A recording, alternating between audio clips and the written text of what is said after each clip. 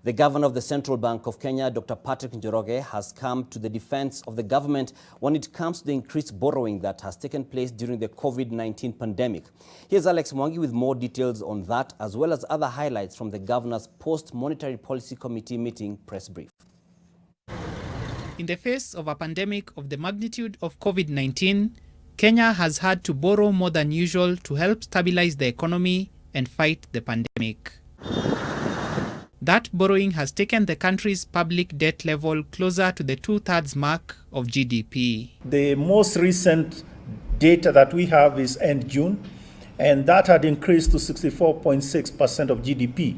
The governor of the central bank, who is at times at odds with the decisions made at Treasury, is now defending the extensive borrowing. It had to happen. Virtually every single country had to borrow in order to deal with those urgent COVID issues, as we all understand it. It was an existential problem, frankly. The governor's message defending the actions of the National Treasury, however, came accompanied with a caveat. It is therefore more urgent and appropriate to anchor a recovery to the more normal debt levels in the medium term. Kenya may be through the worst of the pandemic, but that is not to say that individuals should shirk their responsibility when it comes to executing measures against COVID-19. This is what the governor has to say concerning where the country is. We could probably say that we are in a transition towards post-COVID. The governor revised the growth projection for 2020 to 3.1%. The COVID-19 pandemic has provided a stark contrast in fortunes for the manufacturing sector and the ICT sector.